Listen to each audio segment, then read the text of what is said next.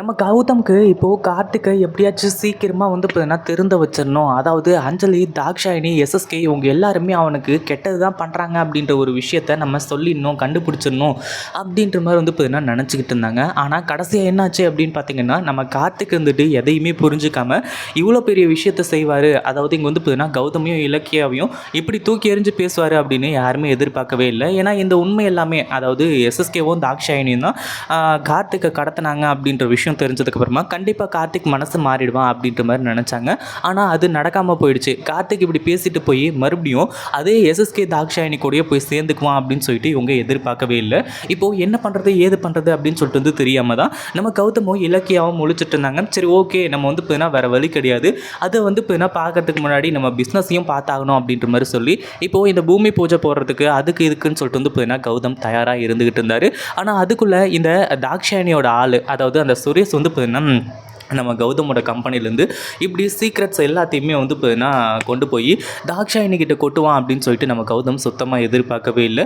அதுலேயும் எஸ்எஸ்கே பார்த்தீங்கன்னா ஜெயிலுக்கு போனது ரொம்பவே சந்தோஷமாக இருக்குது, நீங்கள் தான் அனுப்பிச்சிருக்கீங்கன்னு சொல்லிட்டு ஆர்டிக்கல்லாம் வந்துச்சு அப்படின்ற மாதிரி சொல்லி அந்த சுரேஷை பார்த்தீங்கன்னா இப்போ சொல்லிக்கிட்டு இருந்தான். அந்த ஒரு விஷயத்தில் பார்த்தீங்கன்னா இப்போது இந்த சுரேஷை நம்ம கௌதம் நம்ப ஆரம்பிச்சுறாங்க. ஆனால் இவன் எஸ்எஸ்கே, தாக்ஷாயினி இவங்களோட ஆள் அப்படின்ற விஷயம் பார்த்தீங்கன்னா அவங்களுக்கு தெரியாது. அதே மாதிரி இப்போ என்னாச்சு அப்படின்னு பார்த்தீங்கன்னா, ஒரு பக்கம் நம்ம இவங்க கார்த்திக் அஞ்சலி, தாக்ஷாயினி இவங்க என்ன சொல்கிறாங்களோ அதன்படி பார்த்தீங்கன்னா செஞ்சிட்ருக்கான். அதாவது இங்கே பார்த்தீங்கன்னா நம்ம கௌதமோட இந்த பிஸ்னஸ் அழிக்கிறதுக்கு, அடுத்ததாக பூமி பூஜை போட போகிறாங்க அதை பார்த்தீங்கன்னா அழிக்கிறதுக்கு, இப்படி எல்லாத்துக்காக பார்த்தீங்கன்னா அவன் வேலை செய்ய ஆரம்பிச்சிடான். இது உண்மையிலே இன்னும் மிகப்பெரிய ஒரு அதிர்ச்சி.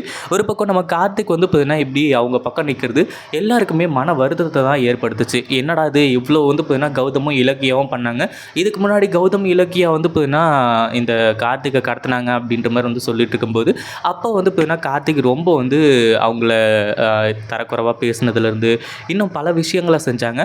அப்படி இருக்கும்போது பார்த்தீங்கன்னா இப்போ என்னாச்சு, இப்போ எதுக்காக கார்த்திக் பார்த்தீங்கன்னா அந்த தாக்ஷாயினி எஸ்எஸ்கே கூட சுற்றிக்கிட்டு இருக்கான் அப்படின்னு சொல்லிட்டு பார்த்தீங்கன்னா எல்லாருக்குமே மிகப்பெரிய அதிர்ச்சியாக இருந்துட்டு இருந்துச்சு. பட் இருந்தாலும் கார்த்திக்கு எல்லா உண்மையுமே தெரிய வந்துடுது. அதாவது அஞ்சலி முதற்கொண்டு என்ன பிளான் பண்ணிக்கிட்டு இருக்காங்க, ஏது பிளான் பண்ணிக்கிட்டு இருக்காங்க அப்படின்ற மாதிரி சொல்லி, அதாவது தனக்கு நியாயத்தை வாங்கி தர போகிறாங்க அப்படின்ற மாதிரி சொல்லி தான் இந்த கார்த்திக் பார்த்தீங்கன்னா அமைதியாக அங்கேயே உட்காந்துட்டு இருந்தாங்க. இந்த அஞ்சலியோட பேச்சை கேட்டுக்கிட்டு, அதே மாதிரி இந்த தாக்ஷாயனோட பேச்சை கேட்டுக்கிட்டு. ஆனால் கடைசியில் இவங்க எல்லாருமே சேர்ந்து இப்படி பிளான் பண்ணுவாங்க அப்படின்னு எதிர்பார்க்கவே இல்லை. அதுலேயும் இப்போது நம்ம கார்த்திக் கௌதம்க்கு ஃபோன் பண்ணி விஷயத்தை எல்லாத்தையுமே சொல்ல போகிறாங்க. அதாவது ஆஃபீஸில் என்ன நடந்துச்சு, அதே மாதிரி பார்த்தீங்கன்னா அந்த ஆஃபீஸில் இருக்கக்கூடிய அந்த உளவாளி, அந்த ஸ்பை யார், அந்த எலி யார் அப்படின்னு சொல்லிட்டு பார்த்தீங்கன்னா இப்போது நம்ம கார்த்திக் சொல்கிறாங்க. இதை கேட்டதுக்கப்புறம் தான் நம்ம கௌதமுக்கு மிகப்பெரிய அதிர்ச்சியாக போகுது. அதாவது நான் இங்கே சீக்ரெட்டாக போடுற பிளான் அங்கே எப்படி உனக்கு தெரிஞ்சது கார்த்திக், எப்படி பார்த்தீங்கன்னா இந்த விஷயம் தாக்ஷாயினிக்கு தெரியும் அப்படி இப்படின்ற மாதிரி கேட்கும்போது கடைசியில் பார்த்தீங்கன்னா கார்த்திக் எல்லாத்தையுமே சொல்கிறாங்க. இந்த மாதிரி நம்ம ஆஃபீஸில் இந்த சுரேஷ்னு ஒருத்தர் இருக்கான் இல்லையா, அவன் தான் பார்த்தீங்கன்னா இந்த வேலை எல்லாத்தையுமே பார்த்துட்ருக்கான். அவன் தான் இந்த எஸ்எஸ்கே தாக்ஷாயினிக்கு இவ்வளோ நாளாக பார்த்தீங்கன்னா நம்ம கம்பெனியோட சீக்ரெட்ஸை கொடுத்துட்டு இருந்திருக்கான் அப்படின்ற விஷயத்தை எல்லாத்தையுமே சொல்கிறாங்க. இதை கேட்டதுக்கப்புறம் தான் கௌதம் முதல்ல கார்த்திக் நீ அங்கேருந்து கிளம்பி வா, என்ன பண்ணிகிட்ருக்காங்க இப்போயாச்சும் நீ எங்களை புரிஞ்சுக்கிட்டே இல்லையா, எதுக்காக பார்த்தீங்கன்னா நீ இப்படி பண்ணிக்கிட்டு இருக்க, முதல்ல அங்கேருந்து கிளம்பி வா கார்த்திக் அப்படின்ற மாதிரி சொல்லும்போது, இல்லைண்ணே இந்த அஞ்சலி, தாக்ஷாயினி இவங்க யாரையுமே நான் சும்மா விட போகிறது கிடையாது, நான் எவ்வளோ பெரிய ஒரு குடும்பத்தை நான் இழந்திருக்கேன் அப்படின்னு சொல்லிட்டு எனக்கு இப்போ தான் தெரிய வருது. இதுக்கு முன்னாடியே நீங்களும் அண்ணியும் அவ்வளோ எடுத்து சொன்னீங்க, அஞ்சலி நல்லவ கிடையாது, அவள் பார்த்தீங்கன்னா கேடு கெட்டவ, முதல்ல அவகிட்ட இருந்து வா அப்படின்னு சொல்லிட்டு அப்போ எவ்வளவோ சொன்னீங்க. ஆனால் அது எதையுமே நம்பாமல் நீங்கள் தான் பார்த்தீங்கன்னா என்னோட சொத்தை ஆட்டை போடுறதுக்கு பார்க்குறீங்க அப்படின்ற மாதிரி சொல்லி நான் பார்த்தீங்கன்னா உங்களை ரொம்பவே தரைக்குறைவாக பேசிட்டேன். இது எல்லாத்துக்குமா சேர்த்து நான் அஞ்சலி, தாக்ஷாயினி, எஸ்எஸ்கே 3 பேருமே ஜெயிலுக்கு அனுப்ப விட மாட்டேன். ஏற்கனவே எஸ்எஸ்கே ஜெயிலுக்கு போயிட்டார். இவங்க 2 பேரையும் ஒரு வழி பண்ணாமல் நான் இங்கேருந்து வரமாட்டேன் அண்ணன், நீங்கள் எதை பற்றியும் கவலைப்படாதீங்க, என்னை பற்றியெல்லாம் நீங்கள் யோசிக்காதீங்க அப்படின்ற மாதிரி சொல்கிறாங்க. ஆனால் கௌதமால் பார்த்தீங்கன்னா இப்போ தன்னோட தம்பி கார்த்திகை பற்றி யோசிக்காமல் இருக்கவே முடியாது. ஏன்னா அந்தளவுக்கு பார்த்தீங்கன்னா கார்த்திகை ரொம்ப பிடிக்கும். அதே மாதிரி நம்ம கார்த்திக் சொல்லக்கூடிய விஷயம், நான் என் அம்மா முதற்கொண்டு யாரையுமே நம்பலை, இந்த அஞ்சலி அதாவது பாதியில் வந்த அஞ்சலியை பார்த்தீங்கன்னா நான் நம்பினேன். ஆனால் அப்பவும் பார்த்தீங்கன்னா அஞ்சலி எனக்கு இப்படி துரோகம் பண்ணுவா, இப்படி ஏமாத்துவா அப்படின்னு சொல்லிட்டு எனக்கு கொஞ்சம் கூட தெரியல. அவள் பார்த்தீங்கன்னா இப்படி பண்ணுவான்னு சொல்லிட்டு நான் எதிர்பார்க்கவே இல்லைண்ணே அப்படின்ற மாதிரி சொல்லி பயங்கரமாக கதறி எழ ஆரம்பிச்சிடான்.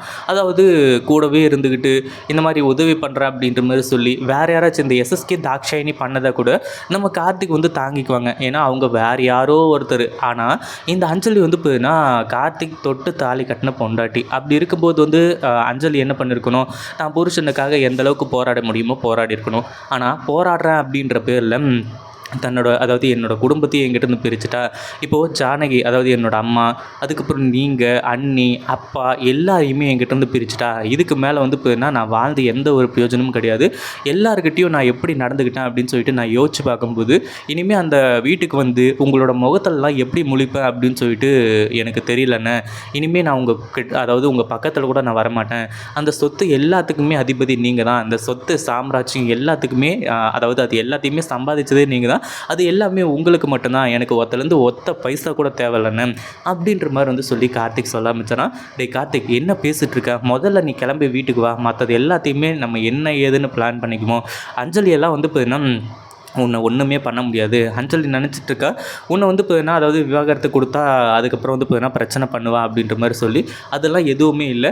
நீ ஆசைப்பட்ட மாதிரி நீ லவ் பண்ண, அதாவது முதல்ல லவ் பண்ணி அஞ்சலியை கல்யாணம் பண்ண, அதாவது நாங்கள் சொல்லியுமே கூட கேட்காம அப்படி இருக்கும்போது அந்த ஒரு கல்யாணம் தான் உனக்கு கை கொடுக்கல. இப்போது உனக்காகவே வந்து பார்த்தீங்கன்னா ஒருத்தி காத்துக்கிட்டு இருக்கா. நீ லவ் பண்ணவ தான் பிரியா தான் அப்படின்னு சொல்லிட்டு பிரியாவை பற்றி சொல்கிறாங்க.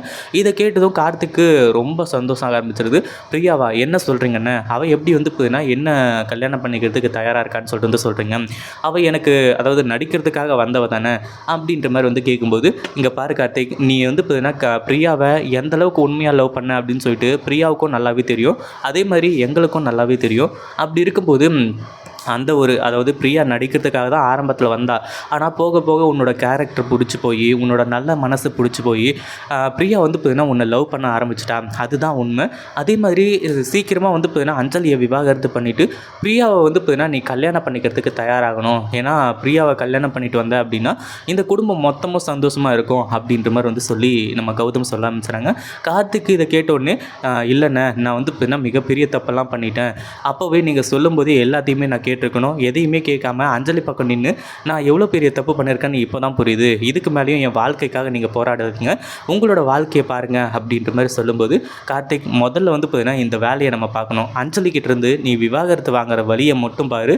பிரியாவை வந்து பார்த்தீங்கன்னா அதாவது பிரியா ஏற்கனவே வந்து சம்மதிச்சிட்டா. ஆனாலும் நீயும் அஞ்சலியும் வந்து பார்த்தீங்கன்னா இன்னமும் சந்தோஷமாக இருக்கீங்க, ஒன்றா இருக்கீங்க, ஹாப்பியாக இருக்கீங்க அப்படின்ற மாதிரி நினச்சிக்கிட்டு இருக்கா. அது எல்லாம் எப்போ வந்து பார்த்தீங்கன்னா இல்லை அஞ்சலி இன்னும் திருந்தவே இல்லை அப்படின்னு சொல்லிட்டு பிரியாவுக்கு தெரிய வருதோ அப்போவே பிரியா வந்து பார்த்தீங்கன்னா தன்னோட மனசை மாற்றிக்குவா. அதில் எந்த ஒரு சந்தேகமும் கிடையாது. அவள் வந்து பார்த்தீங்கன்னா உனக்கான கார்த்திக் அப்படின்ற மாதிரி வந்து சொல்லி கௌதம் சொல்ல ஆரம்பிச்சுறாங்க. இதை கேட்டதுக்கப்புறமா என்ன பண்ணுறது ஏது பண்ணுறது அப்படின்னு ஒன்றுமே புரியல. ஒரு பக்கம் கார்த்திக் இருந்துட்டு அடுத்ததாக அஞ்சலி வந்து பார்த்தீங்கன்னா விவாகரத்து பண்ணிவிட்டு பிரியாவை கல்யாணம் பண்ணிக்கிறதுக்கு தயாராகிட்டாருன்னா எப்படி இருக்கும் அப்படின்றத கமெண்ட் பண்ணுங்கள். இந்த வீடியோ பிடிச்சிருந்தா லைக் பண்ணுங்கள், ஷேர் பண்ணுங்கள். இப்போ தான் நம்ம சேனலுக்கு ஃபர்ஸ்ட் டைம் வரீங்க அப்படின்னா கீழே இருக்க சப்ஸ்கிரைப் பட்டனை ப்ரெஸ் பண்ணிக்கோங்க.